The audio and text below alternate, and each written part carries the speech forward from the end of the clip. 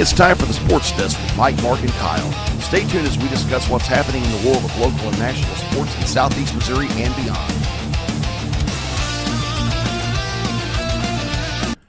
And welcome to this week's edition of the Sports Desk with Mike, Mark, and Kyle. I'm Mike Bueller. I'm Mark Sanders. And Kyle Roberts is not with us this week. He's had some things came up. Well, among other things, this week is his daughter's 10th birthday, and he made very sure to celebrate that with her, as he should.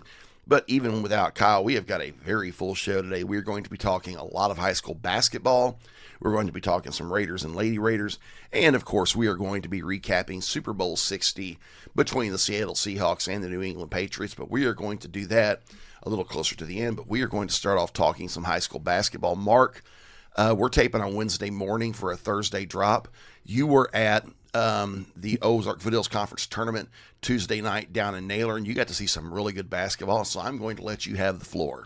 Yeah, I'm going to start with the late game, which matched up the Greenville Bears against the Doniphan Dons, and that was a fairly even match early on. In fact, Doniphan was up by 8 at the end of the first quarter, and then Greenville just found a completely different gear on both ends of the floor. They played high speed, high pressure on both ends, and what ended up happening as a result of that is that they were forcing turnovers as well as bad shots for Doniphan. They went ice cold shooting in the second quarter, whereas Greenville was setting up plays and really getting a lot of easy baskets. Not a whole lot of threes in this game. I mean, a few, but none that were really game changers in and of themselves, although there were a couple dramatic threes from Bo Bollinger for Greenville, who hit back-to-back three-pointers to close out the second quarter, including a buzzer beater from the baseline. And I love the alliteration on that phrase. There you go. But it really was a dagger because the Bears outscored the Dons 24-5 in the second quarter. Wow. And that was the game, really, because, Doniphan remained cold from the floor in the third quarter. Easy layups that they usually make were bouncing off the rim or rolling around the rim and then rolling out instead of rolling in. It was really unfortunate. Doniphan made a bit of a run in the fourth quarter.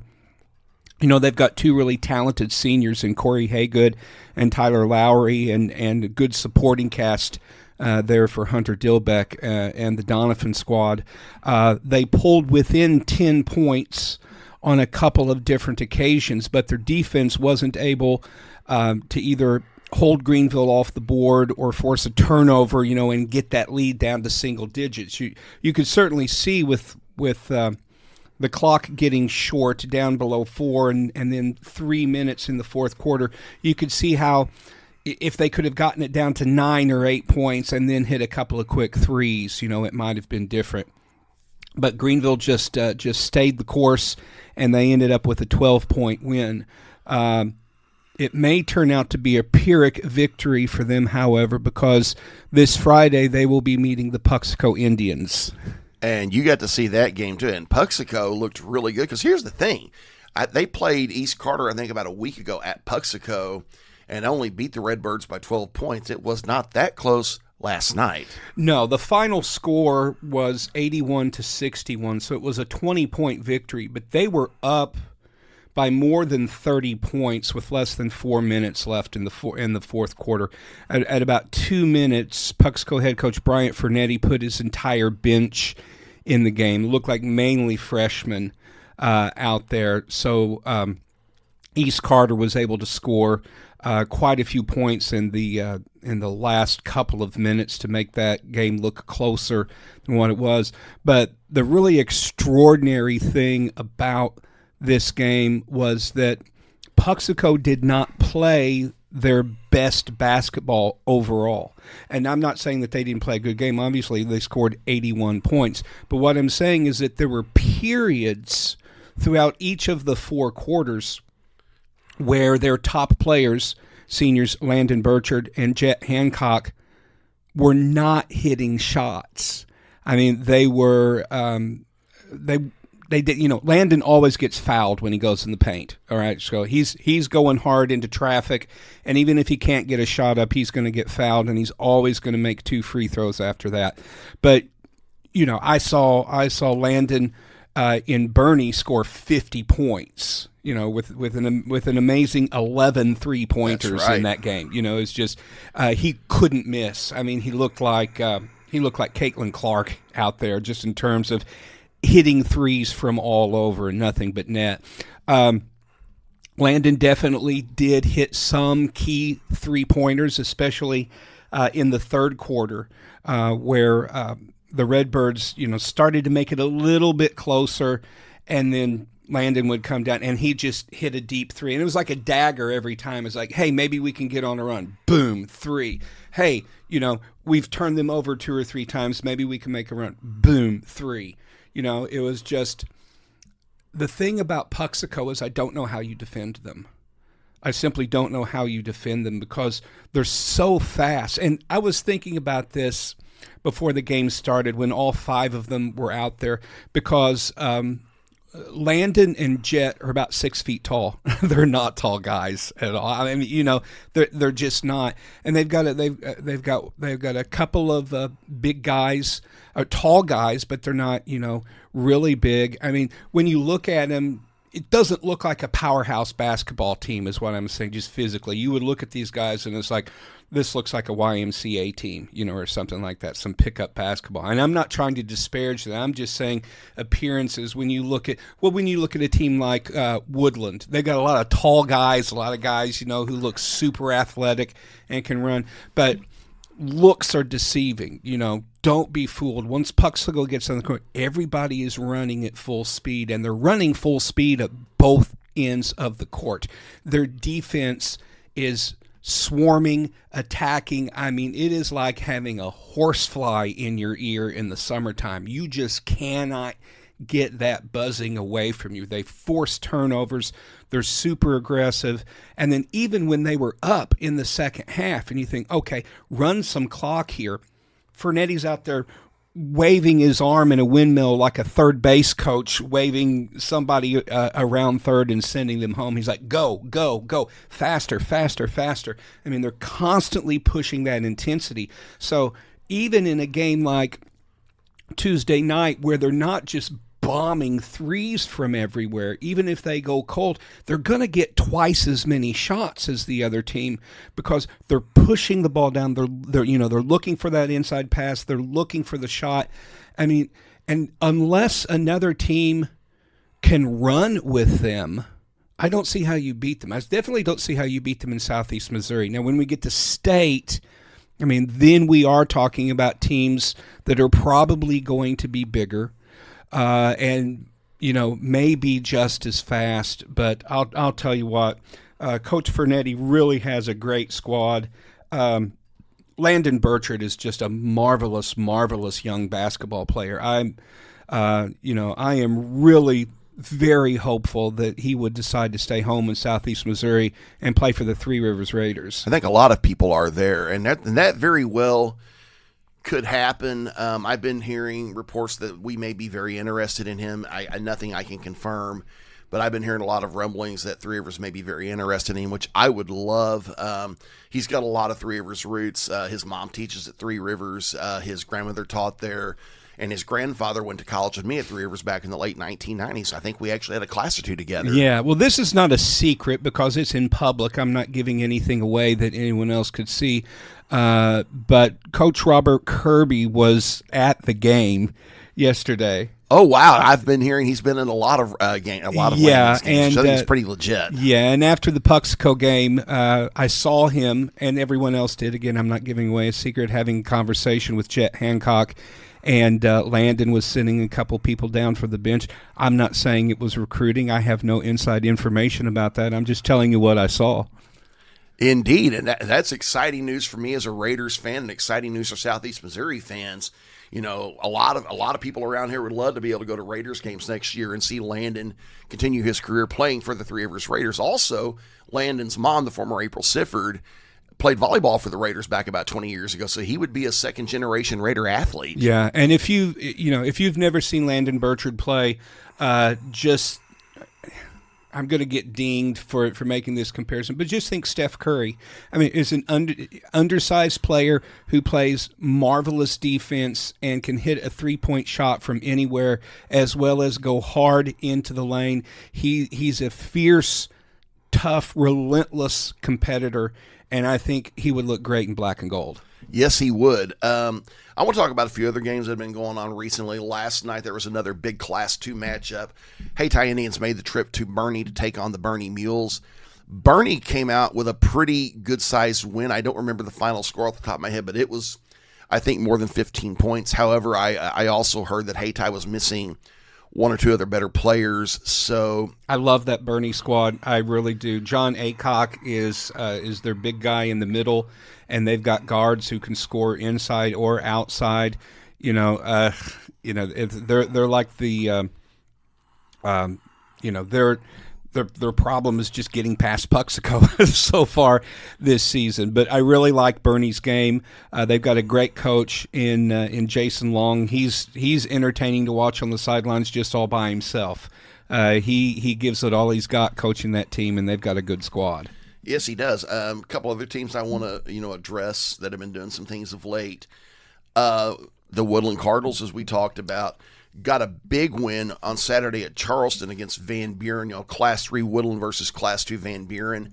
That was a 99-90 game. One thing that pops out about that game is that, it was so high scoring, but also too, Van Buren may be, and it's hard to believe you could say this, they may be the dark horse in Class 2 Southeast Missouri basketball, because there's been so much buzz about Puxico and about Hayti and also some about Bernie. There's also South Iron, but don't sleep on this Van Buren squad. These guys are good, and they could very well win that Class 2 District 2 and face Hayti in sectionals. The winner of that game could very well get the winner of the Puxico-Bernie Chaffee District, in the quarterfinals. And so whoever gets to the Final Four out of Southeast Missouri in Class 2, they will have earned it, and they will have a great shot to bring home a state championship. That Van Buren squad, they upset Dexter in the semifinals of the Bloomfield Christmas tournament, and then they gave Puxico absolutely everything that they wanted in that championship game. I said at the time that Van Buren team lives up to the name of their mascot. They play like bulldogs. They're just relentless, rock hard, tough basketball team. And I will not be the least bit surprised to see if they make some postseason noise. Coach Fernetti even told me after they won the championship game that they said Van Buren's a team that we're likely to see again in the postseason. That's a very good possibility. Another team I want to give a quick shout out to is Richland. Richland, who struggled a lot, in the midpoint of the season. Richland's gotten hot. They have won 5 games in a row. They have went from 5-13 to 10-13. They beat Portageville Tuesday night 51-47 for their 5th win in a row. But one of the games in that winning streak last Thursday, they went down to Risco and beat the Tigers 65-56. Granted, Risco was missing their best player, but still, they went to Risco and won. That's pretty dadburn nice for that Richland Rebels squad. And, that's going to make that Class 1 District 2 that they're in even more interesting. That's also got Bell City and Delta. And, one more thing. Richland hosts Delta, Thursday night, which will be tonight by the time y'all are hearing this. That's going to be some good basketball. Could very well make an impression on who could get the top seed in that district. Tell me what's happening with the Donovan Donettes over on the girls' side of the OFC tournament. They're winning. They're winning. They're winning. They're winning. They're winning. They're winning. They're winning. They're winning. They're winning. So let's see. Semifinal matchups. Donovan against Greenville, and then Neelyville against Twin Rivers. Do we have outcomes on those games? Oh, yes, and I've got some things to say about that. Donovan Donettes and Greenville, that game, I think, was actually a little closer than I thought it would be in the first half. I think it was like maybe a 13-point game at halftime. But then Donovan came out in the second half, got a big run to start the third quarter, broke the game wide open, and ended up winning, going away. I don't have the score right in front of me. That's because Misha won't post things updated. I'm going to continue to complain about that until they fix it. Good. But the big one, Twin Rivers and Neelyville matched up in the other semifinal on Monday night on the girls' side.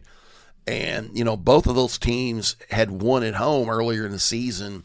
So this was the rubber game of that 3-game season series. And Twin Rivers, the 3 seed, absolutely boat raced Neelyville. I mean, they didn't just beat them. It was bad. I don't have the score. That's really surprising. Yeah, Neelyville's it was having a really good season. It was 20-plus points. It was they absolutely dominated them. They got a big lead on the Lady Tigers. I think it was like a 21-point lead at half.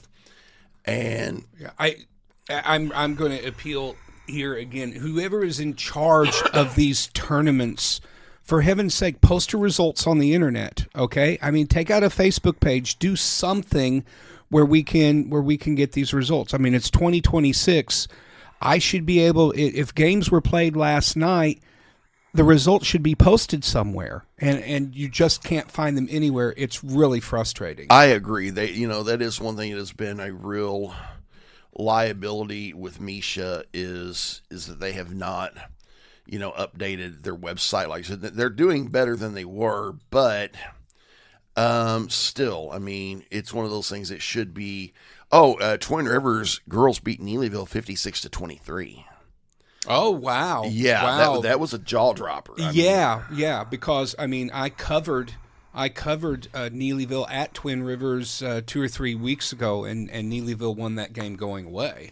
Yeah, and the early game, Donovan Donettes beat Greenville 69-30. Like I said, I think that was like 36-23 at half, which means that it was a 33-7 second half for the Donettes. That's going to be your matchup, Friday night on the girls' side for the OFC Championship is the Donettes versus the Twin Rivers Royals. And Twin Rivers has had a good year. They've got what I call the Twin Towers, Lily Oliver and Ivy Benson. And that Twin Rivers team is also relatively young. I don't think they have very few, if any, seniors. They're going to be able to return the bulk of their roster next year, but it's the Donovan Donettes. Yeah. I mean, I think you run into the same problem with the Donettes that you do with Puxico on the boys' side, which is how do you defend them?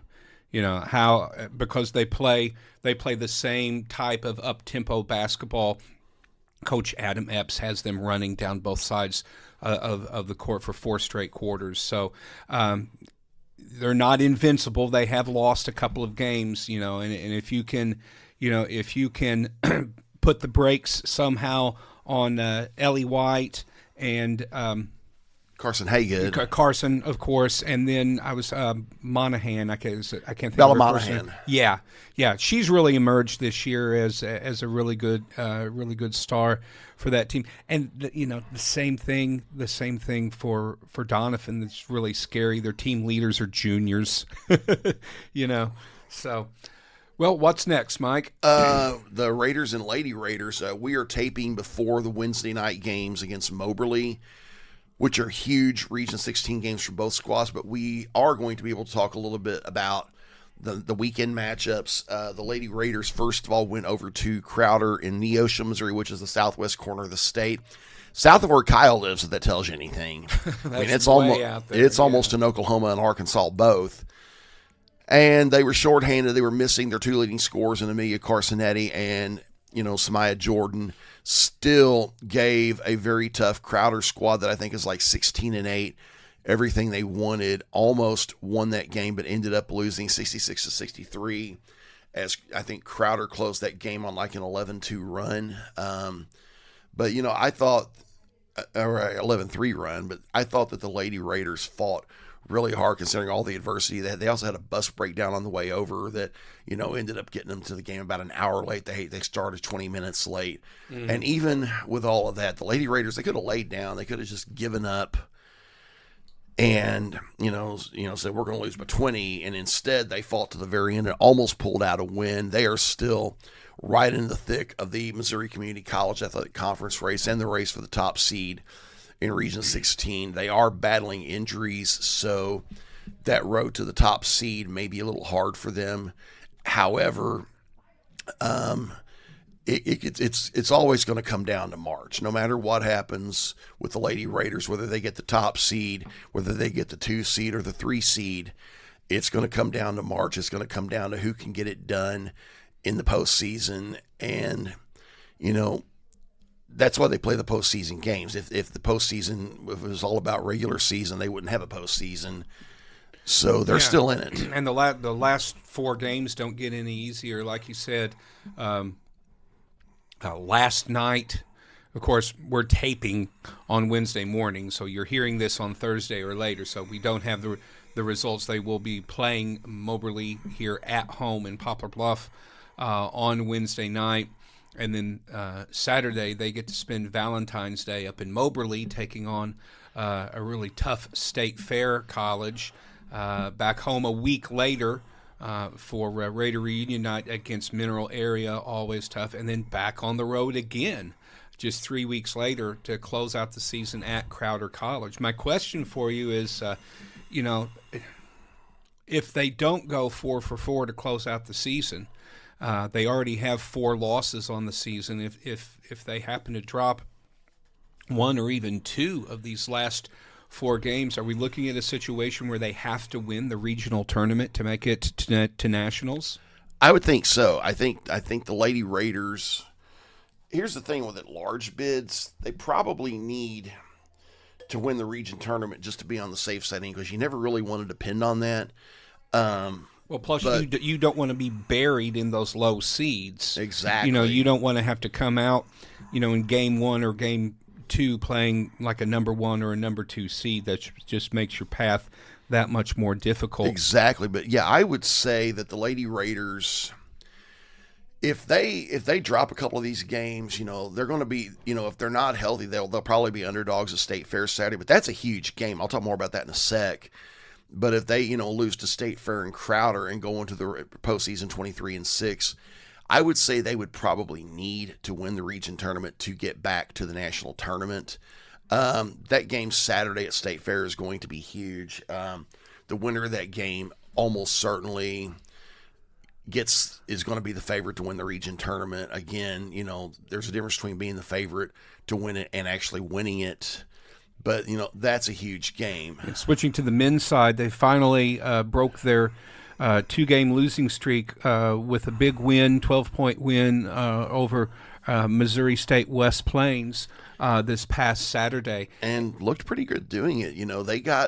They had after West Plains hit an early 3 to get the 3-0 lead, Three Rivers scored 13 in a row. Never trailed again, led by as much as 18 in the second half. West Plains made a big 17-2 run and cut it down to 3 points. The Raiders then answered right back and got it back up, I think, to about a 10, 11, 12-point lead and ended up pulling it out. These last games are going to be big. Moberly, is a game, like I said, we're not going to have the outcome of that game right now, but that's a game that, is very needed. State Fair, they're at State Fair Saturday. It's a game that the Raiders will be favored to win, but it's not a lot because State Fair did go to Moberly earlier this season and beat them and almost beat Mineral Area earlier this season. And then next Saturday, the Raiders host MAC. That's going to be a huge game. If the Raiders take care of business up till then, that Raiders MAC game could very well be for the MCCAC title and the top seed in the region tournament. And then the Raiders close the regular season at West Plains. Here's the thing: if the Raiders, beat Moberly, State Fair, and MAC, that West Plains game is one they don't have to win it, because if they win the 3 games I just mentioned, they've got the top seed locked up, and a loss at West Plains would not hurt them. But hopefully, like I said, and hopefully we'll have that scenario. Yeah. Plus, you don't want to drop your last game to an inferior opponent. I think you want to take care of business win that game going away, and take that momentum into the playoffs with you. I agree. One thing that's also worth mentioning about the region tournament on the men's side is that, after playing the semifinals and finals at Jeffco last year up in Hillsboro, this year they're going to do what they did 2 years ago, where the higher seed will host, which means if, whoever gets the top seed gets home court throughout the region tournament. Hopefully that is the Three Rivers Raiders. That would be big, because coming into Wednesday's game, among the big three Region 16 schools, Moberly, Mac, and Three Rivers, the home team, had won every matchup coming in. Hopefully that continued Wednesday night and will continue throughout, because if it does, the Raiders will be the number one seed in the Region 16 tournament and have the inside track to win the region and be a win away from getting back to Hutch. Sounds good. So, as always, when you have the opportunity, if you're in the area, come out and support the Raiders and the Lady Raiders in their home games. Indeed. And when we get back, we are going to be visiting with former Three Rivers college baseball coach Stacey Burkey, who is the Raider of the Year as a distinguished alum at Three Rivers. But we will have him in just a minute here on the Sports Desk with Mike, Mark, and Kyle. This is Three Rivers men's basketball coach Robert Kirby, and you are listening to the Sports Desk with Mike, Mark, and Kyle. And we are back on the Sports Desk with Mike, Mark, and Kyle, and we are joined now by Three Rivers College former baseball coach Stacey Burkey, who is getting a really big honor next Saturday at the Raiders game against Mineral Area. He is being honored as the Raider of the Year, which is a huge honor for the many years of success he brought to our program. Coach, congratulations and welcome to the show. Sure. Appreciate it, Mike. I appreciate you having me on. It was certainly a surprise to hear about all that. How do you feel to win that honor? I mean, 'cause like I said, you've done so much for Three Rivers Raiders sports. 27 years as a head baseball coach. You were an assistant before that, and you played here in the 80s. And you're still helping out with the program. As one of the bus drivers to several games, and I know you've done some nice things there. So I think it's well deserved. Well, it's obviously been Three Rivers has been a big part of my life since coming to school down at Poplar Bluff in fall of '82 to play baseball for Roger Patillo and Dave Jarvis. And I guess the 3 years I was away at Missouri State and playing and going to school, and then that's been about it. That's my only gap since then. So, like I said, it's been a big part of our life. I say I'm talking about our family. My wife Sharon, our two sons Josh and Noah, they both received, and as well as myself, received the AA degree there at Three Rivers. Cool deal. Going back a little bit, you're originally from Springfield, right? Correct, yeah. Went to high school at Kickapoo, if I'm correct. Yeah, Kickapoo High School, '82 grad, and time goes quick. And you actually went to high school with somebody pretty well known. Tell us about that, Coach. I guess, yeah, he's kind of pretty well known now a lot of places, I guess. Brad Pitt, yeah. That's right. Actually, junior high and high school, yeah. Well, I'll be dadgum. Coach, you got here in 1982. Those are some good years for Raiders athletics and Raiders baseball. What was it like being here back then? Well, just, I really wanted to come play for Roger Patillo. It boiled down to that, and he's why I came to Three Rivers. And it couldn't have been a better situation for me. And then, with Dave Jarvis was just coming in at that time also. My freshman year was his first year as assistant coach after playing for Roger and then playing down at Arkansas State. So those two guys loved to work hard, and we had a lot of fun working hard together, and it was just good camaraderie with the teams we had. And then coming back to coach with Dave as his assistant in the fall of '87, I guess it was. Oh, wow. As his assistant for 6 years, he was, he was just like a big brother to me. It was a lot of fun, and we had some really good teams, and like I said, worked hard together. And then you took the reins as the head coach ahead of the 1994 season, was our head coach for 27 seasons. Tell me about that, because that's an era. Yeah, and I guess I was fortunate to be around a lot of good people, a lot of good players and their families, and there at the college with coworkers, and I had some really good assistant coaches, and it was a good environment for me, and as continues to be a good environment. So, Dave had the opportunity to go to Murray State University in that fall of '93. So that's I think around October is when that transition took place, and we had some really good players that I inherited, from that season, kind of mid-year, but really really was a good group of guys, and then just fun to keep building on that. Indeed. One of the things that also stood out is not long after you became head coach, you had kind of a coming full circle moment. You got to coach your old coach's son, Coach Patello's son, Marcus Patello. That was kind of fun. Tell me Yeah, about that. yeah, oh yeah. That was a good group. We had some really several Poplar Bluff High School kids. They had a really strong program there at that time, and they were fortunate to get some of those guys. And Marcus was really, he kept things loose, but gosh, he was a really athletic player and just a fun kid to have. And, really took baseball to a higher level. And after his playing days were over with his umpiring roles and made it up to the major leagues, in fact, with, umpiring. That's right. In your 27 years as head coach, what stood out the most to you? Oh gosh. Well, I think it's kind of not cliche, but I think there's a lot of truth to it. Just the relationships you build with people, more so than the wins. And the wins in big games are huge, to be able to reminisce and talk with people later on. But just a lot of good people that, it's fun to see and rewarding to see kids work hard and get better from it, and then really make something of their lives and continue on, and whether it be in athletics or any other field that you like to have them or like to see them have success. Indeed. And now you've had kind of your own coming full circle moment because not only did your son Noah play baseball here a few years back, he is now an assistant coach here. So the cycle has come all the way.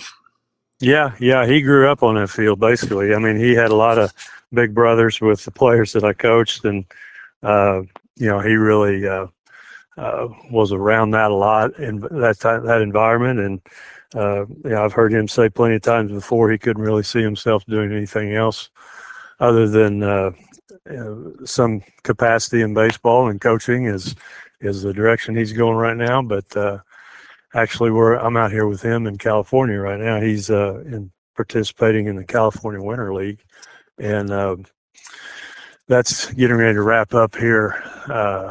I think their championships are Sunday.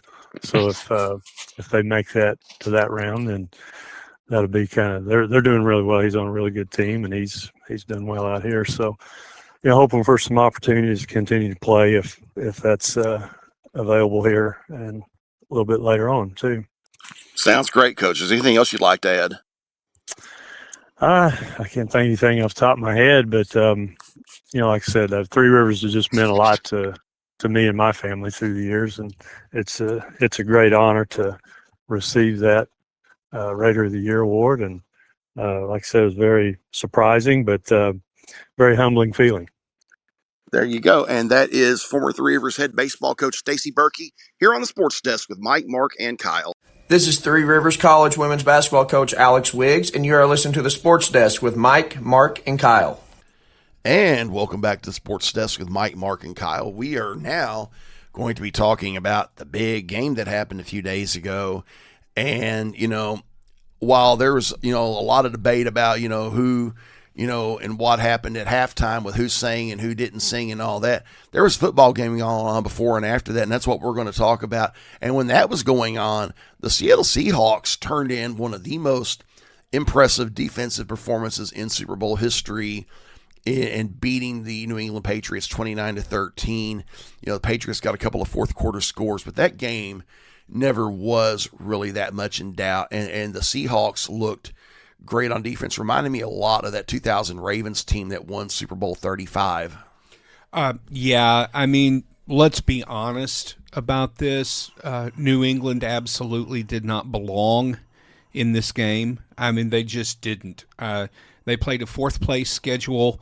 They managed to upend Buffalo early on in the season, which gave them home field in their first game. They started off by playing a Chargers team that had been just really racked with injuries, especially on their offensive line.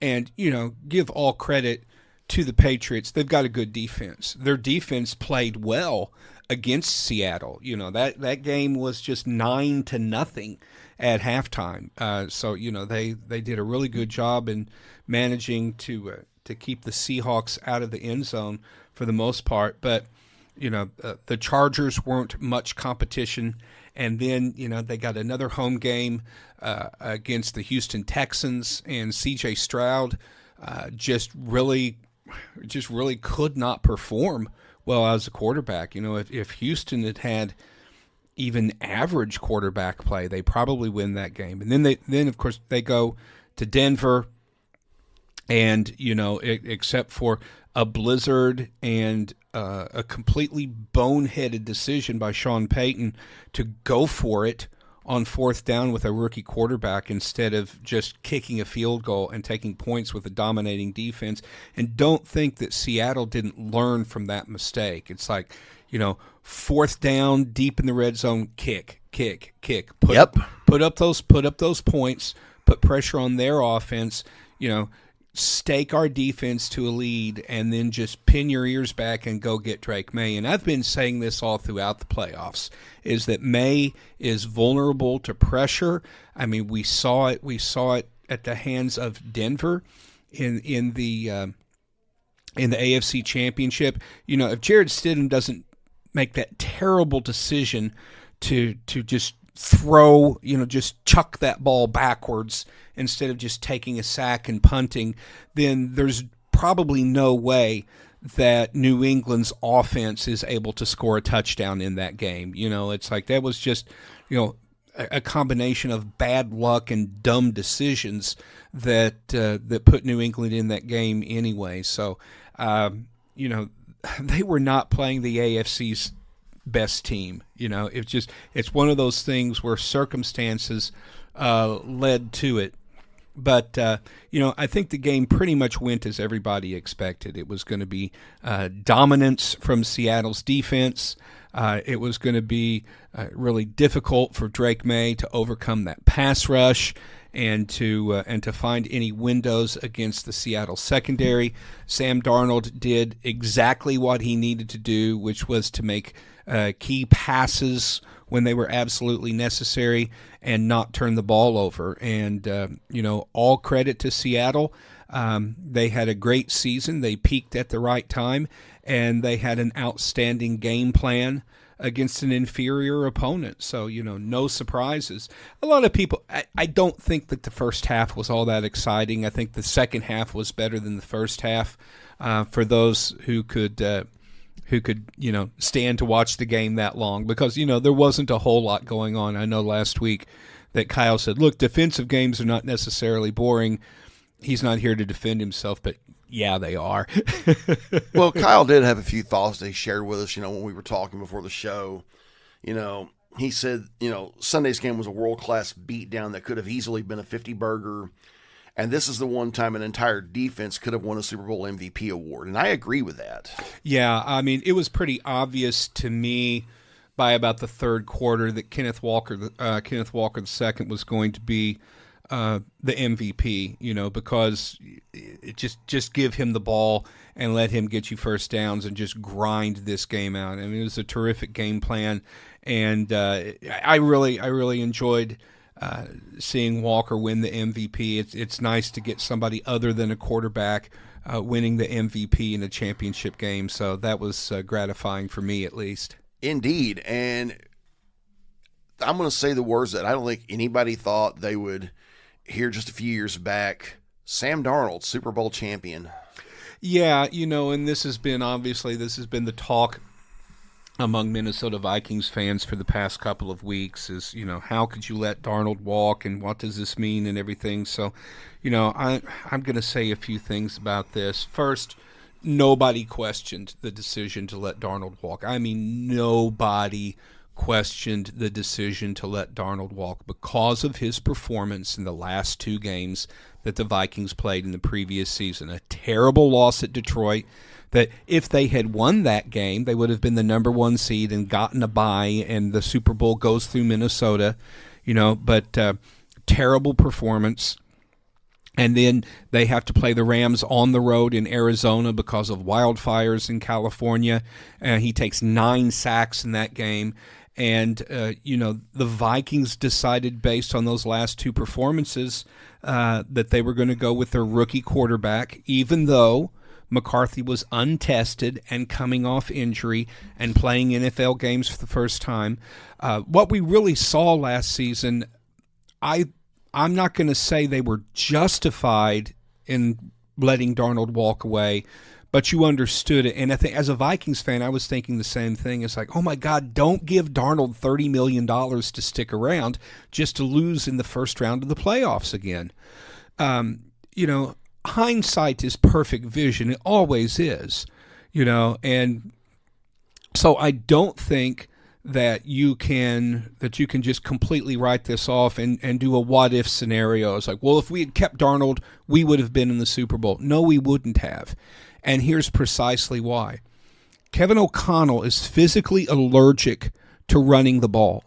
I mean, he hates to do it. You could see the resentment and the frustration on his face even as he changed up the Vikings game plan to better suit McCarthy in the second half of the season. More running, more heavy sets. And even though they were moving the ball, even though they were scoring, even though they were winning games, he didn't like it because he didn't have a quarterback who could just launch the ball downfield.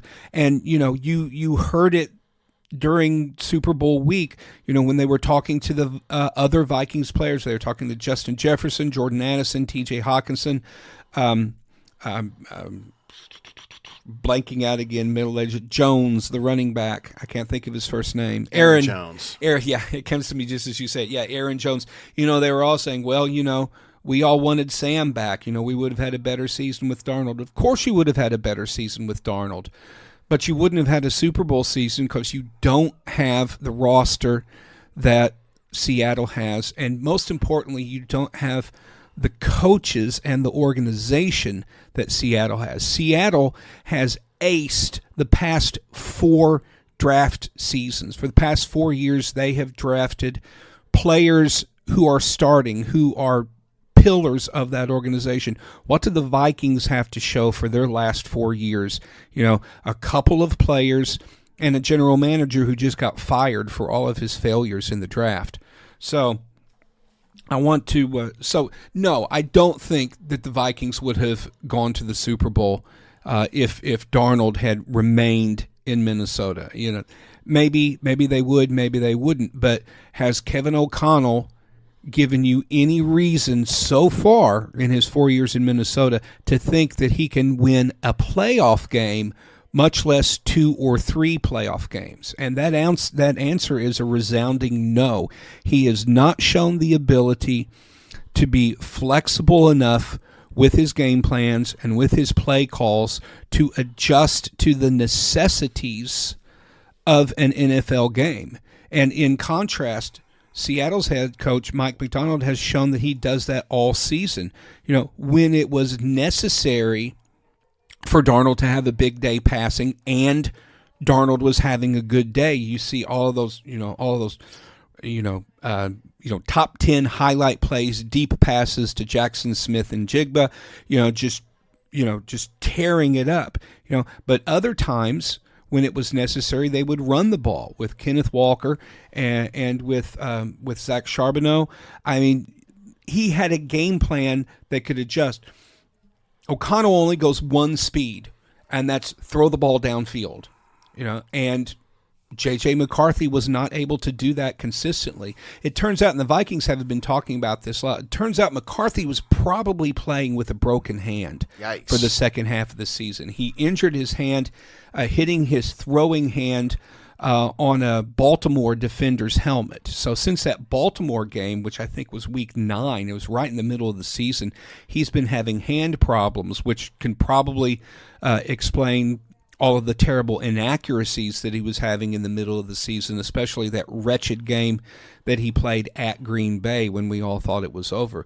But, before you're ready to declare McCarthy a bust and ship him off to Neverland, just consider this. And really, this was something I've been thinking about all morning in preparation for this. Patrick Mahomes broke the NFL. I mean, he absolutely broke the NFL because he made everybody think, hey, if we can find a quarterback in the first round who can be Hall of Fame quality in his second year of play, he can take us to the Super Bowl and he could win Super Bowls. But Patrick Mahomes is a unicorn.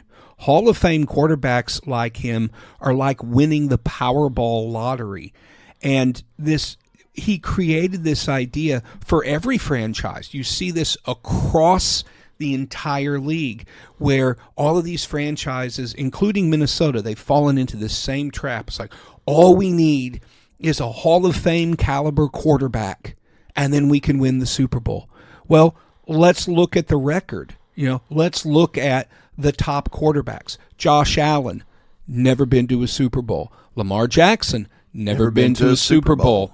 Joe Burrow, been to one Super Bowl, lost. Exactly. Yeah. The highest paid quarterbacks, which is another problem because you're eating up 15 to 20% of your entire salary cap on one player. Granted, the most important player, but you have to have the pieces around him. So you look at the most expensive quarterbacks, Dak Prescott.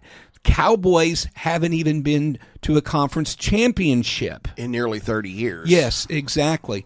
I do think that Jacksonville is on the upswing with Trevor Lawrence. I still think Trevor Lawrence has a bright career ahead of him. He's still just in his mid-20s. He's really hitting the, almost that point where Sam Darnold went. And they've got a good young coach in Liam Cohen. So I don't think the book is written yet on Trevor Lawrence, but his salary is a problem. How many pieces, and this really makes it necessary to hit in the draft. And so the other side of this is you see players like Darnold and Baker Mayfield, we've talked about him, Geno Smith, who were unsuccessful early on in their careers with the teams that drafted them, and then went on, played a few years as a backup, and then reemerged as high-quality, starting caliber quarterbacks. But what does that say for quarterback development? Why would you waste a first-round draft pick on a quarterback who may or may not be playing for you in their fourth or fifth year? Because that is what we see happening in real time with J.J. McCarthy. Okay, first year, injured. Second year, played for the first time, injured for half of the season. The other half of the season, he's not great. Now you've got people all throughout Minnesota and probably in the organization who's like, well, let's just cut him or trade him for a sixth-round pick. Let's just get rid of him. Let's go sign some old quarterback like Kirk Cousins. Oh, brother. Or a quarterback who's never won before like Kyler Murray. We'll just stop this experiment after 10 games. 10 games is all that JJ has played in. And the Vikings, who are a historically bad organization in terms of managing quarterback development and quarterback players, saying, well, we can't do anything with him. And it would be, I would say, letting Sam Darnold walk and then having him go win the Super Bowl is the most Vikings things ever. But no, that's only the second most Vikings thing ever. The most Vikings thing ever is watching them bench McCarthy this year for whoever they sign or trade, whether it's free agency or through that. They're going to bring in another quarterback who's probably going to start ahead of McCarthy until and if and when they get hurt, maybe McCarthy gets back out on the field. But I really feel it.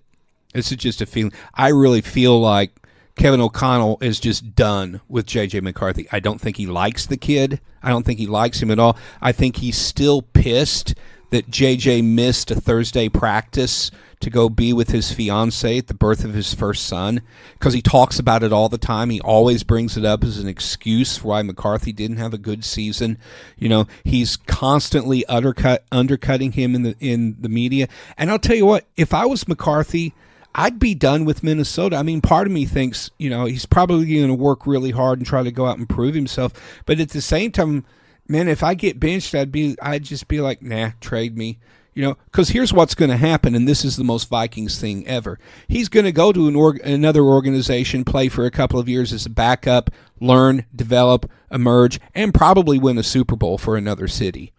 That's very possible. That would be the most Vikings thing ever, and we're going to see that over and over again. So it really brings into account, and this is something that we can probably spend some time talking about in the off-season when there's not a whole lot of other things going on, although technically this is the off-season now. But I think it's still too early to talk about free agency or draft picks in a really, really serious deep dive. But, I mean, here's the thing. How do you develop a quarterback if you're an NFL team? I mean, unless you're a team, like the Titans, who, sorry, Mike, are just historically bad and have been for several years. If you've got that number one pick, you want to go for the number one quarterback, and maybe he's a hit. But we have to remember that the best quarterback in the NFL was a number 10 pick in Patrick Mahomes. Exactly. One thing I will say, though, talking about the Titans, I want to say a couple of things real quick before we wrap up. Cam Ward, especially the second half of the season, Cam Ward actually looked pretty good. I mean, second half of the season, I think he only threw one interception. I think he had like 10 touchdowns to one pick, and it looks like he definitely developed. I like the opportunity he's going to get to work with Brian Daboll the next season. I'm cautiously optimistic. Though with the Titans, the thing is, we've been horrible the last 3.5 seasons, but people forget before that, we were pretty good. I mean, it's only been about 6 years since we were playing on a Sunday with a shot to go to the Super Bowl. Yeah, and your head coach was Mike Vrabel. I would venture to say that letting Vrabel walk was an even dumber decision than the Vikings saying goodbye to Sam Darnold. Hard to say. It's going to be interesting. I do like the fact we've got Robert Saleh now. I think he's got a chance to right the ship. And people forget how good the Titans were, around the millennium 25 years ago, and also in the late 2000s. I mean, in 2008, we had the best record in football, and if we hadn't choked in the divisional round, might have made it to the Super Bowl again. But, the other thing I want to wrap up with is we played the Seahawks this season in Nashville and only lost by 6 points to them, which is still hard for me to wrap my mind around. We played the Seahawks better in the regular season than the Patriots did in the Super Bowl. I don't know how that happened. Yeah, absolutely. And here's the whole point. The expectation that Cam Ward is going to be a playoff quality quarterback at the end of his rookie season is absolutely absurd. And people are going to be saying now with Saleh and Daboll coming in, it's like now the bar for Ward has been elevated to playoffs. It's like if the Titans don't make the playoffs, people are going to be saying, well, Ward didn't work out. After 2 years, I mean, it's ridiculous. And the league is going to have to figure out a way to get around this absolute demand that rookie quarterbacks develop into playoff quality or even Super Bowl caliber players within 2 to 3 years. It's just not possible. It's not possible. You say, well, what about Drake May? Drake May was not a Super Bowl caliber quarterback, and he demonstrated that on the field. He wasn't ready for that level of play yet. And maybe Bo Nix wouldn't have been either, So, but it really speaks to the difficulty for teams who really, the Vikings need a quality starting quarterback, not just for a year, but for for a career. How do you find that? Well, yeah, I know. They found one and they let him go because they were focused on another kind of plan. But if you're a team that's looking to draft a quarterback, you really have to consider, I am wasting a draft pick to develop somebody else's quarterback. This is not the guy who's going to lead us to the promised land. This is the guy who's going to play with us for 2 or 3 years and either sit the bench until he's a free agent and walk away, or we're going to trade him for some draft picks, and in 4 or 5 years, he's probably going to beat the pants off of us in the playoffs. I mean, who wants to walk down there? So I think there needs to be a complete change in philosophy on the part of front offices and coaches and player development staffs in how the NFL approaches quarterbacks. And this has to do with the college game as too. The college game is going to have to change because clearly the type of football that these quarterbacks are playing, at a high level in college football doesn't always translate into success. I mean, does anyone think that Trinidad Chambliss, who had a marvelous season at Ole Miss, is going to be a high-quality starting quarterback for the NFL if he goes into the draft this season? I mean, if I wouldn't draft him high, I wouldn't draft him until the 4th or 5th round, even though mocks show Chambliss as a second-round pick and a quarterback. And I think he'll be dreadful if he plays his rookie year in the NFL. So I don't know what the problem is. They don't pay me to advise NFL front offices. I'm just a fan who likes to talk about the game and has a friend who's willing to put him out on the internet. But I do think it is an important thing to consider because obviously if you're an NFL fan, you want your team to win, and you just can't keep cycling through NFL quarterbacks hoping that eventually you'll hit the lottery because the odds are definitely not in your favor. Agreed, and that's going to be a good topic we're going to hit on sometime in the not-too-distant future. But on that note, that's our show for this week. We've got some more stuff planned coming up for next week that I think you're going to really enjoy. But on behalf of a missing Kyle Roberts, I'm Mike Bueller. And I'm Mark Sanders saying, as always, just wait till next season. You've been listening to the Sports Desk with Mike, Mark, and Kyle.